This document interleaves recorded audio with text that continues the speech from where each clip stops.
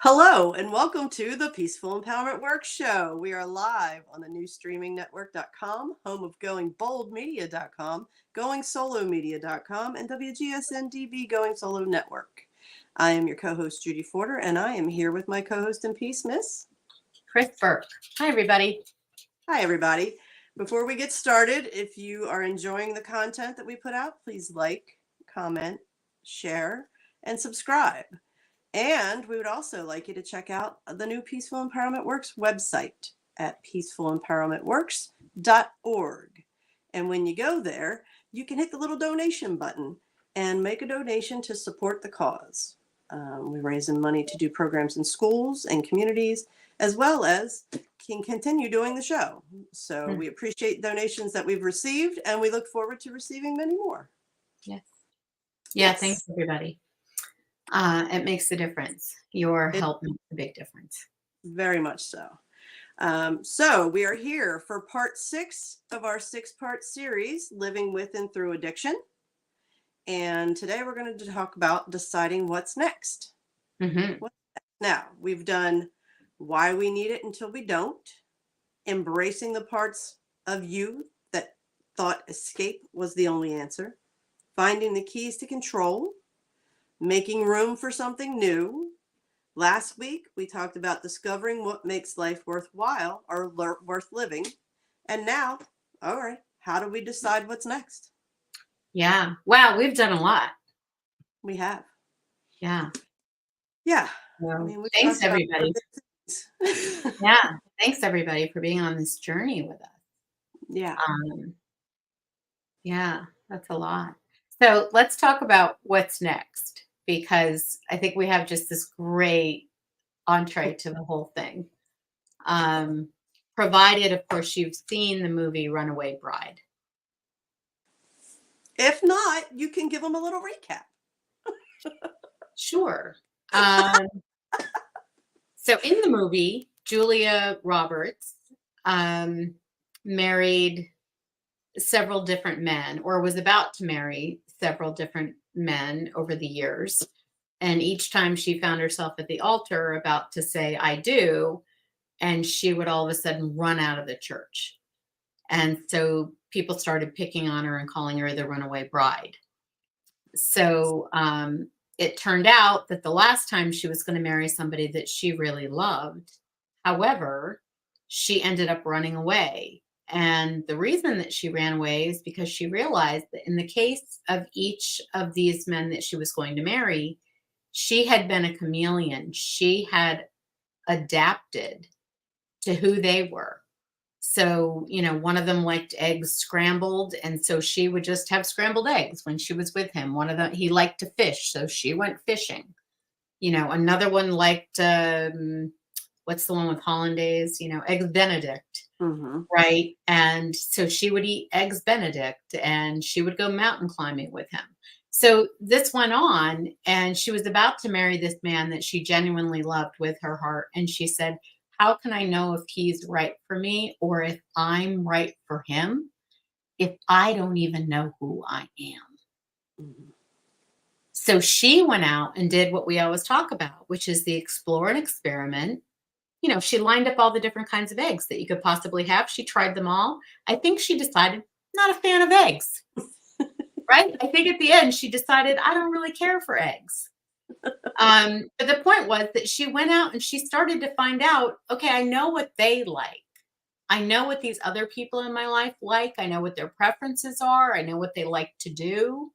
I mean, how many of us have said when somebody says you want to go out for dinner tonight, you say, sure. Where do you want to go? I don't care. Wherever you want to go. Uh-huh. Not that that's a wrong thing, but if it's always the answer, right, then we're not maybe real clear on what it is that we like, or maybe we don't think it's okay for us to say, this is what I like. Mm-hmm. Right? Yeah.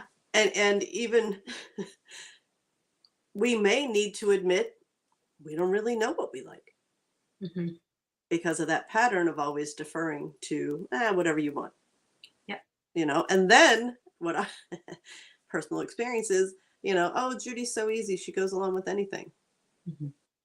So then it becomes a positive. So then not having an opinion is something that is not only a positive, but it's expected.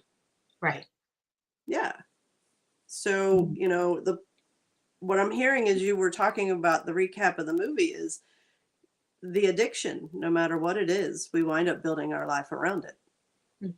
So when we're looking to do something different, that's why we've talked about in the past series of the parts of this series, finding out what works, finding out what doesn't work. Now it's about, okay, what do I know I like?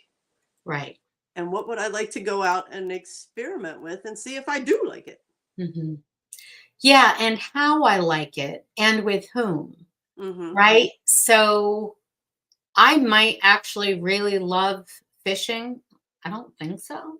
But I might love fishing if I were fishing in a place that were beautiful and you got to sit in a lawn chair and you got to watch, birds and such happening around and there was somebody interesting or like really nice energy to hang out with. I Mm-hmm. might find, oh, fishing's great in these circumstances. Right. Yeah. It made me think of, camping. Camping's great when you have an indoor toilet. Could take more Right. glamping maybe. But Yeah, yeah, that whole hardcore roughing it, no thank you. right. Right. Exactly. It's our personal preferences and also you kind of realize, in childhood we shape ourselves to our home environment. Mhm. So our parents may or may not, some of the things they consciously chose, some of the things were just there because that's what they knew, right? And so we formed ourselves, shaped ourselves to those environments. And even if we were a rebel, rebelling against what's there is a way of reacting to the environment, of shaping ourselves against it or, reacting to it.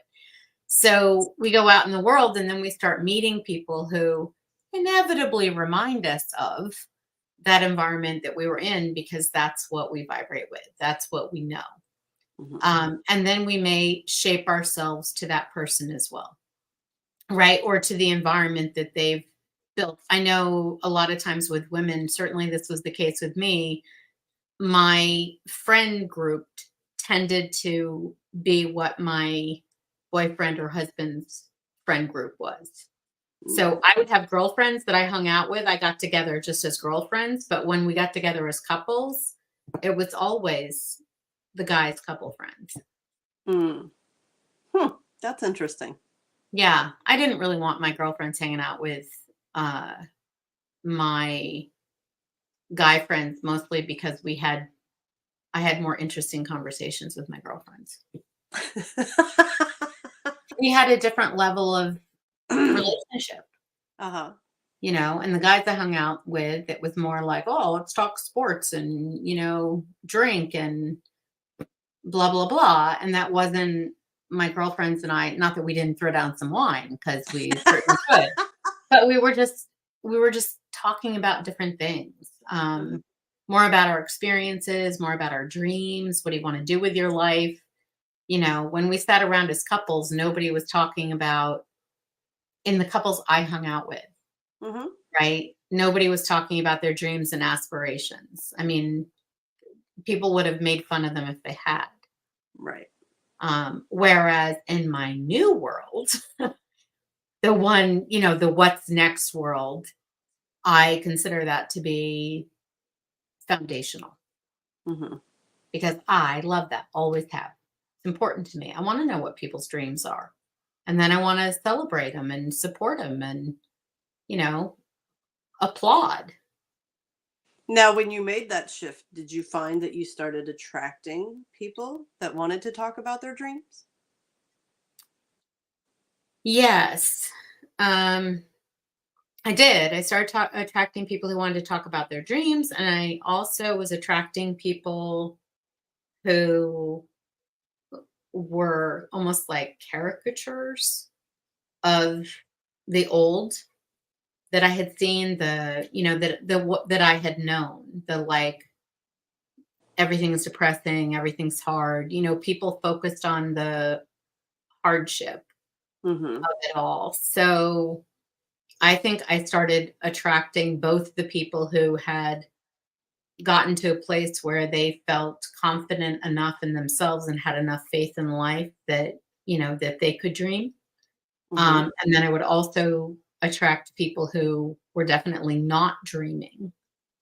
And I used to take this a little bit personally. So I guess this is why this is important.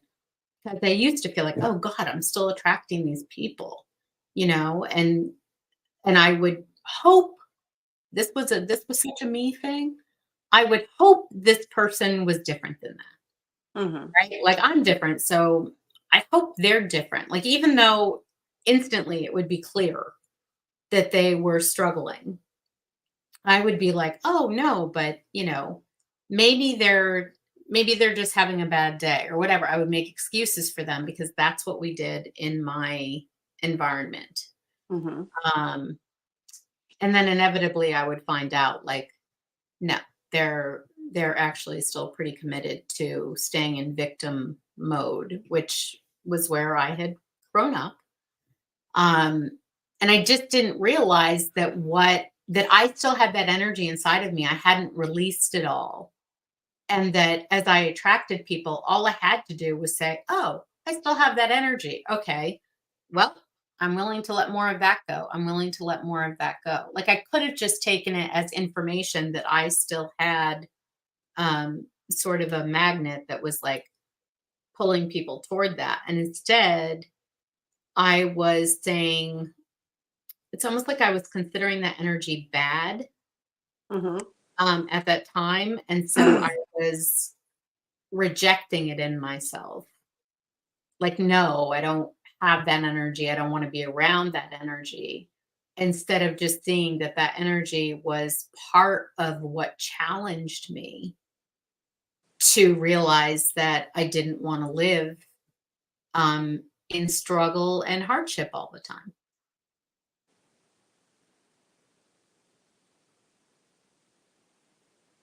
Okay. So I'm thinking about, these people coming out on the other side of addiction. And we were talking in preparation for the show about how, it's reinforced in society out there, family, that recovery is so hard. Hmm, right. So, it's important that we understand, and we've talked about this before on the show, words have vibration. Hmm. Hard, just to say it, is very heavy. Hmm. Hard is a very heavy word. And Kris and I were talking about, they send that message that recovery is so hard, which to me immediately feels defeating. It does. It Immediately. tells you the world is stacked against you, right? The Yeah. odds are stacked against you. Only a few people will make it through, Hmm. right? How I would say recovery is a gift. Yeah. I just heard a lot of laughter. Yes, you see it as a gift now, and it can be seen as a gift, everyone that experiences it. On this brink, people standing on I'm seeing them standing on like a cliff with all the sun is shining. They've walked through this tunnel and here they are. And instead of allowing that message of recovery being hard, what if you said recovery is a challenge? Hmm. Recovery, feel the difference in vibration between challenge and hard. For me, challenge is like, okay, let's go. We can do this. Let's figure out what works. Let's keep choosing a different way. Yeah. And I think challenge for me is now. Like back then, I felt like life was challenging enough, Hmm. so I wouldn't have been super fired up about a challenge. But now it's been my experience that a challenge is an opportunity in disguise, Hmm. right? It's an opportunity to develop the skills, knowledge, experience, and wisdom that you need to find out what you're made of, to find out how you can live differently, to experience what it is to choose yourself, to honor yourself, right? And just to find out how magnificent you are. So that knowing that that challenge is an opportunity in disguise, that as you travel along, you'll start to perceive less of the challenge part. It's the same journey, but as you move along, you'll experience less challenge, more opportunity. You'll start to see the parts that are changing that are amazing, right? And you'll start to be like, oh my God, I feel better. My head is clearer. Like I'm doing things that I haven't done since I was 6, 7, 8 years old that I always loved. And I forgot about them for all these years. They didn't even cross my mind. And now I'm doing them again. Right. So that the opportunities as we face the challenge and say, okay, I'm willing to face this and move through this, the opportunities start to come and lead us along. And for me, challenge reminds me, the word challenge for me means choices. It reminds me that I have a choice. Mm-hmm. Because when I just declare something hard, it's like, okay, I got to get over this brick wall. I got to get through this brick wall. No. But when I say, okay, there's a challenge, Mm-hmm. challenge means there's options. Mm-hmm. And that's what it reminds me of, that, for so long, we've been made to believe that we don't have choice. Right. And when I hear challenge, it means choice to me. Remember, you have choice. Okay, what are the choices here? What are the options? What can I do? What can I try? Something Mm-hmm. new. Mm-hmm. If you can leave this show today and understand that moving forward, you have choices. You always have a choice. Always. And, like Kris said, the lessons are the same. At this point, if you're at this point today, you're choosing to learn your lessons under fire, or you're choosing to learn them in grace. We can learn lessons the hard way, which I have spent the majority of my life doing. Or I can give myself grace, and I can allow myself the freedom to explore and experiment and not beat myself up if something fails, Mm-hmm. as society would say it. Yeah. And that's a good point too, because fail schmail. I mean, what does that even mean? Exactly. Right? If it took me, and it did, I don't know, 10 years between the time that I started thinking, I wonder if I have a drinking problem, and the time that I wasn't drinking anymore. Uh-huh. If it took me 10 years and I stopped drinking 8 times during that 10 years, were those failures, or were those steps on what ultimately led to my freedom? Exactly. Exactly. And that's a beautiful way of reflection back at the journey. And that's where I'm hearing, this is where we as individuals and the collective are right now. Are we willing to look back over our journey, how we got here, and give ourselves grace? Because no Right. matter what it looks like, you did the very best you could with what you had. Mhm. The very best you could with what you had. The lessons had to be learned. And again, sometimes we choose fire. Now we have a choice. We know that we can choose to give ourselves grace. And when we Yeah. can look back on that past with love, gratitude, honoring the lessons that have been learned along the way, then it allows us to move forward in this freedom of explore and experiment without having to be perfect all the fucking time. That Yeah. pressure of perfection is bullshit. Missy agrees with me. Yeah. The snow just fell off the roof and it scared the crap out of her. Sorry. Come here, honey. Yeah. It's okay. Yeah. Wow. That was a total reset miss. Yeah, without having to be perfect all the time. And that was a really good example of, not needing to be perfect, like life can happen. Mhm. And I think, remember, like, this is something that has taken me a long time to learn. I'm still in the process, but when we're looking back, like I can look back on the person I was 10 years ago. And I mean, I'm not going to see an accurate picture of myself because it's going to be who I imagine I was then, not who I really was then, because I can't get in touch with who I really was because my perceptions have changed. Mm-hmm. Right. So as I look back on myself, I'm going to see things differently. I'm not going to see who I really was. I'm going to see who I now imagine I was. That's Mm-hmm. important to know because with the clarity of mind I have now and with the self-respect I have now, I can look back and go like, wow, what? Like what was I doing? And what was I thinking? And why was I treating myself that way? And why was I making those choices? Right? But in looking back at that, I have to say because I didn't love myself then. Mm-hmm. I was trying really hard to fit into a society that I found really confusing. And now I might use the words toxic, but then I just found it really confusing and hostile, Mm-hmm. right? People weren't super nice. Mm-mm. And, even the nice people weren't necessarily dependably nice, right? They might be nice to your face and then and these were the people I hung out with. Mm-hmm. So, it wasn't by accident or random.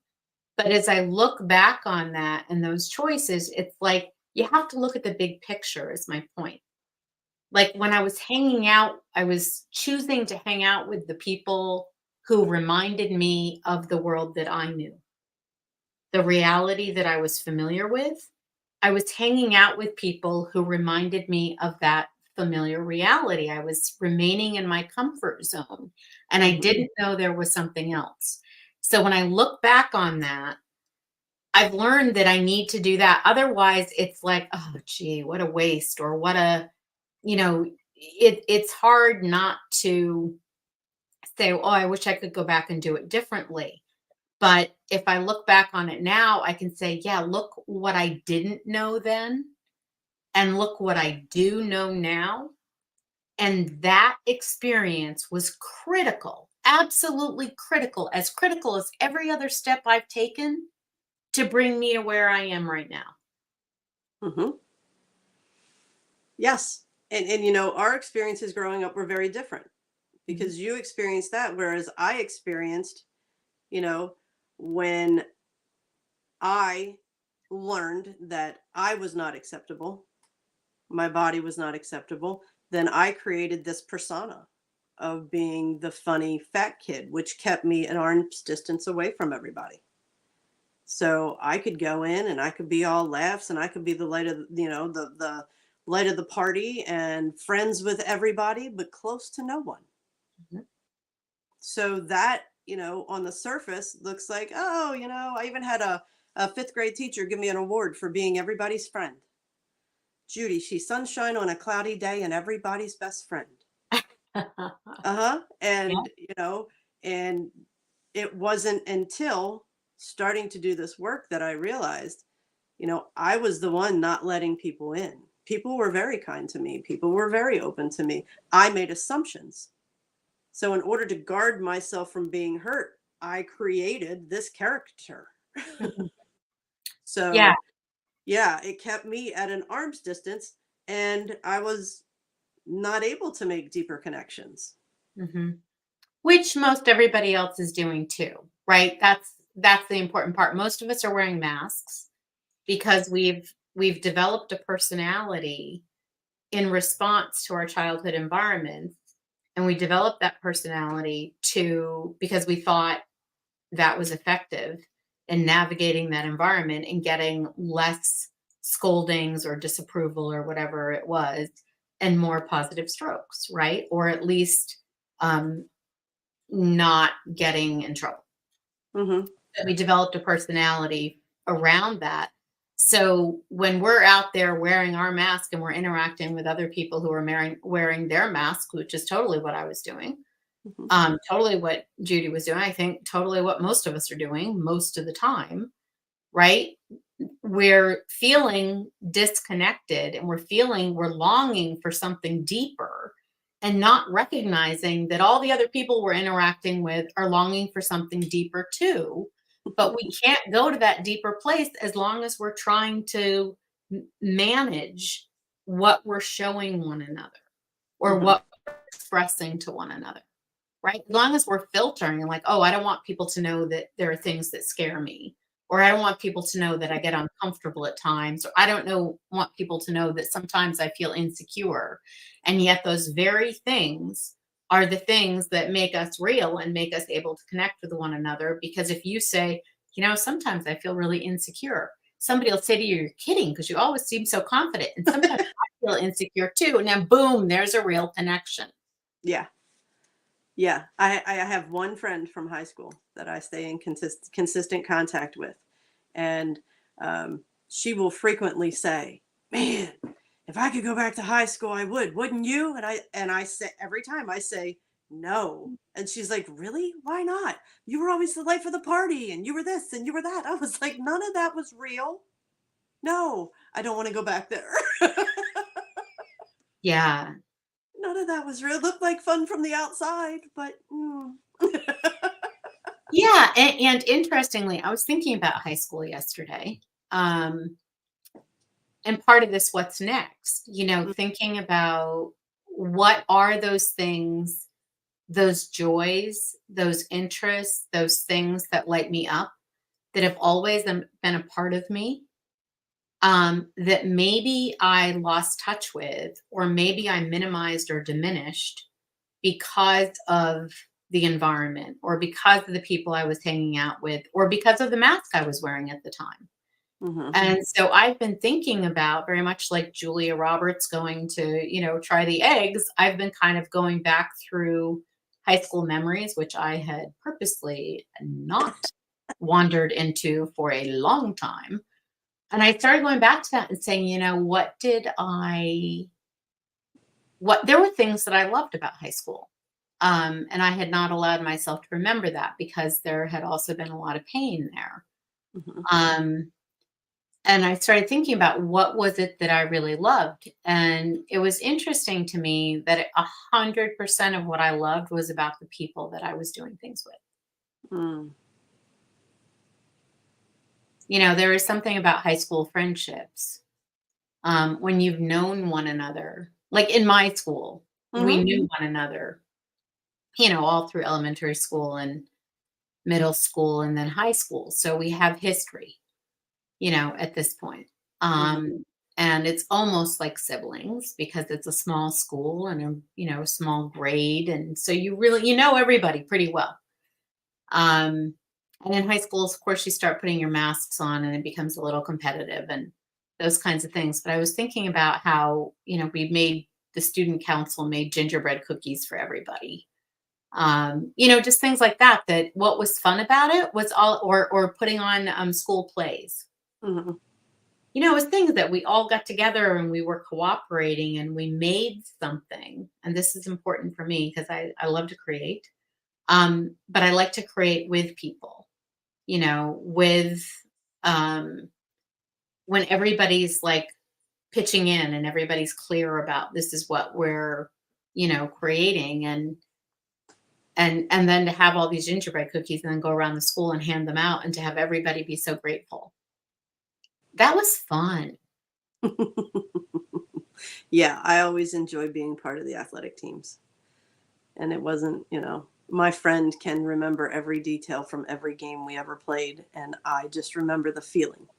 I Mm, remember bus rides and all the songs that we would sing.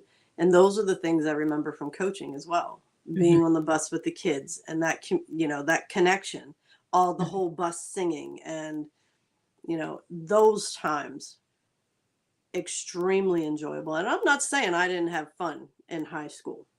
I had my fair share of fun. Um, but a lot of it is an old fun because it was alcohol induced. So I'm not looking down on it. It's what Judy had to do. She felt like she had to do to survive and to Mhm. make it through. So, oh yeah, I had some very enjoyable times, not only in high school, but in college. Mm. Yeah. Well, it's funny because high school is really when it all starts, Mhm. the addictions, right? Because there's something about, um, your body starts changing, your mind starts changing, right? Yeah. Our brains do a huge amount of development between, what is it, 18 and 25 or something. The frontal cortex is like doing its development. So the world starts seeming different. And there's this thing about, people are like, well, this is what you have to do, and here's the path. And, you've got to take the SAT and you've got to go to college, or they're the people who are like, oh, I can't go. And, so they're over in the corner feeling a little bit dejected. So there's this whole ramping up, and people start saying, all the adults saying, what are you going to do? And what do you want to be? And what's your plan? And what's your future? And I look back on it now and I'm just like, oh my God, Mhm. the pressure and the fiction Yeah. that is going on with these kids. No wonder we turn to alcohol, because all of the adults are acting as if we ought to have it figured out. If Yes. we'd had the presence of mind, we could have said, what's your plan, Mr. Smith? Uh-huh. What Yeah. are you going to do with your future? Because I can see things aren't working out so well for you right now. Right? Yeah, And not, we just went through that with Maddie. My yes, daughter Maddie graduated last year, and from she started stressing about her future her sophomore year of high school. I was like, "What are you doing? yes, You don't have to have it all figured out." She's like, "Mom, that's not the way they make it seem like at school." yes. Uh-huh. And then everybody comes up with something. I remember my son took a year off between high school and college. He just said, Mom, I need a break. I just need a break from school. And I said, great, take a break. Go to college when you're ready. I mean, who wants to send you to college when you're saying, I need a break from school? I just need a break. Uh-huh. And he was terrified to tell everybody. Mhm. He was sure that people weren't going to understand. They were going to give him a hard time. And it's true. People did say, if you don't go right away, you won't go. And they said Yep. all kinds of things. And so he and I, worked it out. I said, what's true for you? As long as you know what's true in your heart, other people can say whatever they got to say. Right. Right? In your heart, I said, when you're ready to go to college, Sean, are you going to go to college? And he said, yeah, I am. And I said, that's all you need to know. And Mhm. nobody else needs to be convinced. Nope. It's for you to know. And I'll sit here with you and I'll hold that with you. Like I believe you. I know Mhm. you're going to go to college. And I so respect the fact that you're being honest enough right now with yourself and with me to say what it is that you need. So we're going to get you what you need. Mhm. 6 months later, he'd been working in a crappy job as one gets, out of high school. And he was like, you know what, Mom, I'm ready for college now. And I was like, fantastic. Yes. Absolutely. I never yeah. The pressure is unbelievable on these kids. And I mean, and we're talking, this is a little off, but we're talking about kids that are already stressed out with anxiety because schools are no longer a safe place to be. Yeah. And because the social situation has gone nuts. Yeah, Yeah. it's And exploded. I hear about it more than I experience it, just because I never went to school when social media was such a um, virus, or, Yeah. whatever. So I don't really understand that, but I was just kind of asking, inner guidance, like, so what's with all the talking about high school? Um, and intuitively I got, well, you're talking about what's next. So what we're talking about is starting over, clean slate. We're talking about putting ourselves energetically back in that place of anything is possible. I can choose. And the really cool thing about choosing now, choosing what's next for myself now, is that I have the knowledge, skills, and experience that, man, I did not have the first time I set out on my path. Mhm.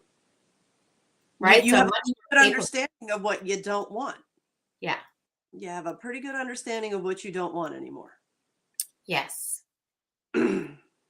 Absolutely. You know what didn't work, Yes. right? That didn't work for me. And when you start that process of, if you can create any life for yourself, and a lot of people, right, you get all like, I can't breathe because I've already got these commitments and I've already got these people and I can't even think about it.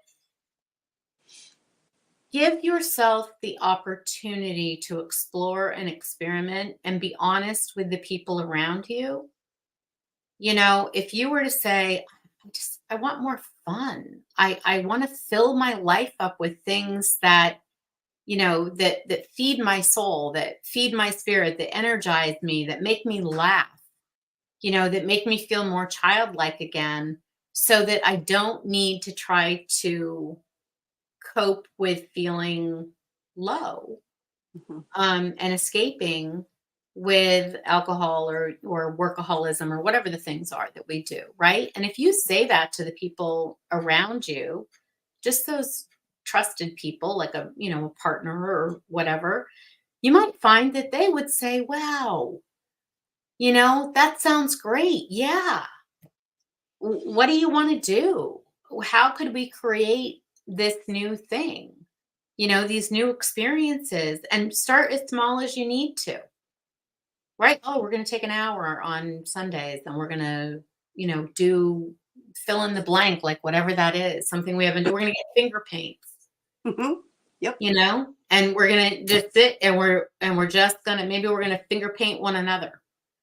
You know what I mean? It's like it's the spirit of bring play into your life, because that play brings, when you're in that playful spirit, you don't have to work hard at figuring out what it is that lights you up. No. You know. Because you're lit. Because Yes. you're in it. You're in that light already. Yes. So there you are. Just like we were saying, these high school kids graduating, stop putting pressure on yourself to have your entire life figured out. Well, here you are again. Don't put pressure on yourself to have your entire life figured out now. Yeah. There's a reason they say one day at a time. Yeah. Absolutely. And I know a lot of the people that I admire and respect out in the world who've offered incredible gifts, to the world. I mean, I'm thinking of Louise Hay or, Wayne Dwyer or lots of people.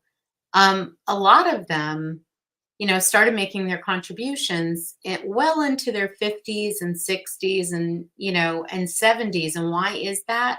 Because they had to learn all of what didn't work and keep shaping themselves to get to the parts of themselves that were like, oh, here's wisdom, right? Mhm. Here's the part of me that I can trust. And here's what I've learned in exploring and experimenting and all of those things that didn't work for me. And now I can share that with other people so that they don't have to struggle in the same ways that I did. It doesn't mean people aren't going to struggle, Right. right? But you don't have to struggle in exactly the same ways, because we can benefit from other people who look back and say, well, let me tell you what you don't want to do. Right? Yes. So true. And in the energy that we're in now, it's all about allowing. Mhm. You're not supposed to be figuring out and working so hard. If you find yourself working so hard, then there's a conflict Mhm. because you're putting pressure on yourself to have it all figured out. Right. The one day at a time is okay. What am I going to do today that is best for me, that serves me, that brings me joy, that is supportive of me moving forward in Mhm. the energy of sobriety? Yeah. Yeah. What do I feel like doing today? Talk to your inner child, Hmm. right? Who's tucked away, who was 5 or 6 years old when they were like, oh, I guess I can't just be me. I need to be what they want me to be, right? It's not safe to just be me. Start a conversation. What do you feel like doing today? And don't Hmm. be surprised if they're like, oh, let's go play kickball. Exactly. Go outside, kick a ball around a little bit. Hmm.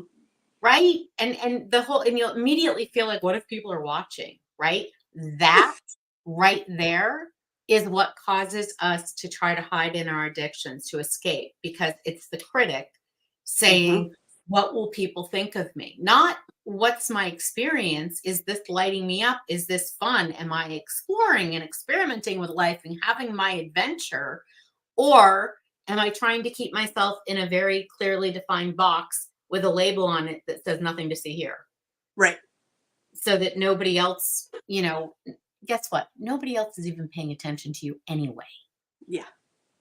It's Yeah. true. We all think in our heads, we're like, everybody's watching my every move. In reality, most people are just, Trying thoughts. to survive. Yes. Yes. They Thoughts are themselves are spinning trying by. to. Yes. Yeah. They're really not. Yes. They might make comments to you, or they might say things that will put you down or attempt to put you down or make you feel bad. But if you're feeling good about yourself, you'll notice they do less of that. Mhm. Yeah. If you can get in that space of not giving a shit what anybody else thinks. Mhm. Without being defensive, right? We were talking about that this morning, because there's not like, I don't give a shit, which clearly is not true. No. It's like, I care about nothing more than what you think of me right now when I'm doing this and saying that, right? And then there's like, I'm okay with people being where they are because I'm focused on my own experience and I know I can handle this. Well, when you're okay with where you are, like you said earlier, when you're okay with where you are and who you are and what you're doing, then you don't even hear. Right. It's see, it's almost like you have a bubble, a cone of silence that things may be said, but they don't even register. They'll go Yeah. right through you. Yeah. Absolutely. And sometimes people, I remember somebody said to me once, like, have you lost weight? I was you know, I guess I had. The thing is, I had over the summer, I was outside and I was also training for a half marathon. And so yeah, I had dropped some weight, but I don't get on the scale and hadn't noticed. But I heard that person say it as a criticism. Yeah, as an attack. Right. It sounded like an attack. I mean, can you imagine? So people are rolling their eyes, people who have not had that experience, but uh, it sounded like an attack. Hmm. And years later, it popped up and it's like, no, actually, it was just a question. Hmm. There was concern because I actually, you've seen marathoners, like I Yeah. was starting to look a little twiggy, like, like when your knee bones kind of protrude a little bit, Yeah. was starting to look that way and I felt good and I was running. So it wasn't a problem. But this person was actually asking me out of concern, but Hmm. I heard it as criticism because of Right. my own energy. Right. Everybody has their own filter that they process through. Mhm. So focus on you. Mhm. And we need to wrap this up. We're running out of time. Yeah. So if you have been with us through all 6 parts, woohoo! Thank you for joining us. If Yeah. not, go back and watch the past ones. And There will be a yes. book report tomorrow. And again, if you're enjoying the content and you want to support us, please go to our website, peacefulempowermentworks.org, and hit the donation button. Yeah. We Thank would you. appreciate that greatly. Indeed, we do. Yeah. So, as always, if you have any questions, comments, anything you'd like to share, ideas for the show, you can reach us at Kris@peacefulempowermentworks.org. Yeah. Remember, it's KRIS. Perfect. Yeah. All right. Thank you very much. And Kris, thank you. We'll see you next week.